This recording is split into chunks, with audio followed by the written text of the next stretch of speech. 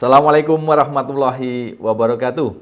Sobat channel Trustco Nusantara, dimanapun berada, jumpa lagi dengan saya di channel yang akan membersamai sobat semua menuju pembelajaran sepanjang masa, menjadi pribadi yang terus belajar dan bertumbuh menjadi lebih baik.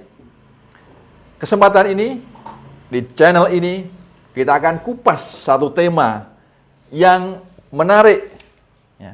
Tema yang kali ini kami dedikasikan untuk sahabat, untuk guru-guru kami di seluruh tanah air. Tema apa itu? Menjadi guru yang penulis. Sobat dan guru-guru kami semua yang sangat kami hormati dan kami banggakan, menjadi penulis itu sebenarnya adalah inherent, melekat pada diri kita sejak kita kecil sampai dengan sekarang. Menulis sudah menjadi kebiasaan dalam hidup kita. Bahkan tidak ada satu hari pun yang kita lewatkan tanpa aktivitas menulis. Maknanya bahwa kita sudah terbiasa dan kita menjadikan menulis itu adalah aktivitas yang sudah terpola. Maka sobat guru-guru di seluruh tanah air dan dimanapun berada, menjadi penulis bagi guru sejatinya bukan hal yang sulit. Tapi realitanya kita sering mendengar dari guru-guru kita, guru-guru di pedesaan maupun guru-guru di kota, baik guru-guru yang masih baru maupun yang sudah senior, itu mengeluhkan perihal kepenulisan. Wah, Mas, Pak, saya nggak bisa menulis. Nggak ada ide dalam pikiran saya. Sangat susah sekali untuk menuangkan tulisan berkaitan dengan satu tema ataupun permasalahan. Ada fenomena apa ini? Menulis menjadi satu kebiasaan yang sudah dilakukan dalam keseharian, tapi ketika berkaitan dengan profesi kita, itu menulis menjadi semacam momok yang menakutkan. Sobat guru di seluruh Nusantara dimanapun berada, maka untuk mengatasi itu, mari kita urai satu persatu, agar kita mendapatkan insight, wawasan, dan kemudian nanti motivasi, agar momok kepenulisan itu bisa kita hilangkan. Yang pertama, kita harus kenali dan ketahui berkaitan dengan manfaat menulis ya, bagi guru-guru dalam kaitannya dengan peningkatan profesionalisme di dalam tugasnya. Jadi sungguhnya menulis itu memberikan manfaat yang luar biasa, manfaat yang sangat besar. Ada minimal 5 manfaat menulis bagi sobat guru sekalian. Apa itu? Yang pertama, menulis sejatinya adalah meningkatkan kualitas diri kita. Menulis tentu didahului dengan rangkaian aktivitas yang panjang, membaca, menelaah, meneliti, dan kemudian sampai dengan kemudian menganalisa dan berujung kepada menulis. Itu satu proses yang panjang dan disitulah ditempa, ya, menempa kualitas diri kita, kesabaran kita untuk kita berkecimpung dan menuangkan gagasan kita.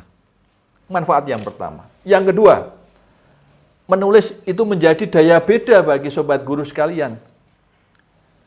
Menjadi pembeda antara guru yang produktif berkarya melalui kepenulisan dengan guru yang tidak berkarya. Kalau guru mengajar di depan kelas itu sudah biasa, lumrah, umum. Tapi menjadi guru yang berkarya menghasilkan tulisan itu yang luar biasa. Maka yang kedua, manfaat menulis memberi nilai tambah daya beda bagi sobat guru sekalian. Yang ketiga, manfaat menulis bisa memberikan manfaat dan melipat gandakan manfaat bagi sesama. Menulis menjadi ladang pahala, lahan pahala bagi kita semua. Karena dengan menulis, karya kita terbaca oleh sesama. Dibaca oleh murid-murid kita, dibaca oleh kolega guru kita, dibaca oleh masyarakat. Dan itu akan melipat gandakan manfaat yang luar biasa. Keempat, menulis itu menjadi pembuka pintu jalan bagi kerjasama antara Bapak Ibu Guru dengan kolega Bapak Ibu Guru maupun dengan stakeholder di luar. Karena sungguhnya tulisan kita itu mewakili pikiran kita.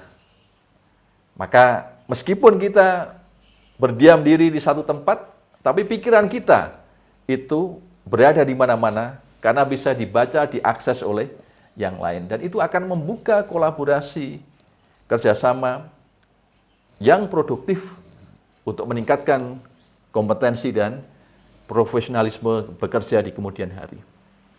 5, terakhir, menulis itu memberikan manfaat bagi tambahan kredit poin, ya, bagi upaya peningkatan karir Bapak Ibu semua di dalam bekerja.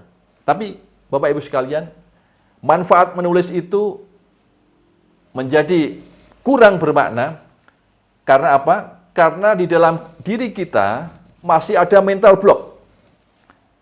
Ada mental yang menutupi, menghambat, membatasi. Dan kita mengafirmasi diri kita untuk mengatakan bahwa menulis itu sulit. Menulis itu sangat susah. Nah, Bapak Ibu, hambatan ini harus kita urai dan nanti kita carikan solusinya. Kita sering mengatakan, wah, saya nggak ada kemampuan Pak menulis. Saya sudah tua, saya sudah nyaman dengan mengajar. Ada yang mengatakan, wah, saya nggak punya waktu lagi untuk menulis. Tiap hari saya sudah sibuk mengajar, nanti pulang ke rumah sibuk dengan aktivitas rumah.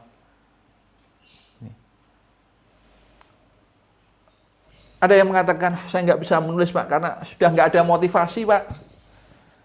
Nggak ada motivasi, saya nggak ada dorongan dalam diri saya untuk menulis. Nggak ada sama sekali. Jadi nggak terlintas sedikit pun untuk keinginan menulis itu nggak ada. Di samping karena memang nggak ada fasilitasi, nggak ada dorongan ya, untuk menulis. Maka Sobat Guru, Sobat Trasko Nusantara tercinta di seluruh tanah air dan dimanapun berada, maka mari bongkar dan kemudian selesaikan, cari solusi agar hambatan-hambatan itu bisa kita minimalisir, bisa kita hilangkan. Bagaimana caranya? Pertama adalah ubah mindset diri kita. Menjadi guru itu dengan mengajar adalah biasa, tapi guru kum penulis itu luar biasa. Dan itu adalah dedikasi kita sepanjang masa. Kita akan menjadi guru yang dikenal dan dikenang. Kita memiliki karya yang abadi. Nah, itulah dorongan-dorongan agar mindset kita menjadi mindset yang lebih baik, bertumbuh, berkembang. Kedua, buat tantangan dalam diri kita. Kita perlu di-challenge, ditantang untuk kita, dipaksa diri kita untuk menulis. Maka buat template-template untuk kita menulis. Misalnya, melalui jurnal profesi kita. Dorong sekolah dan instansi ataupun organisasi profesi, PGRI misalnya, ataupun rumpun-rumpun musyawarah guru mata pelajaran misalnya, untuk membuat program-program penulisan, jurnal-jurnal. Ini, tulis melalui buku ajar. Ya. Buat schedule bahwa dalam 1 tahun itu akan menulis buku ajar. Menulis artikel di media massa ataupun di media online. Dan suarakan apa yang menjadi kegelisahan, apa yang menjadi cita-cita idealisme dari sobat guru sekalian. Beri atau buat challenge dalam diri kita. Ketiga, itu semua perlu fasilitasi. Ya, maka kita perlu sering mengikuti coaching, training, pelatihan menulis, buat komunitas menulis yang di situ mendorong, menyemangati sesama kita untuk menjadi penulis. Dan terakhir, semua itu perlu ditindaklanjuti dengan mulai menulis. Maka sobat guru sekalian, mulailah menulis dari sekarang. Dari hal-hal yang terdekat, hal-hal keseharian yang selama ini kita geluti. Tulislah apa yang kita lakukan, dan lakukan apa yang akan kita tulis. Tulis apa yang kita lakukan apa yang sudah kita tuliskan. Dan terus tingkatkan, terus kembangkan, nanti kita akan berproses bersama menjadi guru sekaligus penulis. Tetap semangat, terus pantau channel kami, jangan lupa like, subscribe, dan share. Sekian, Assalamualaikum warahmatullahi wabarakatuh.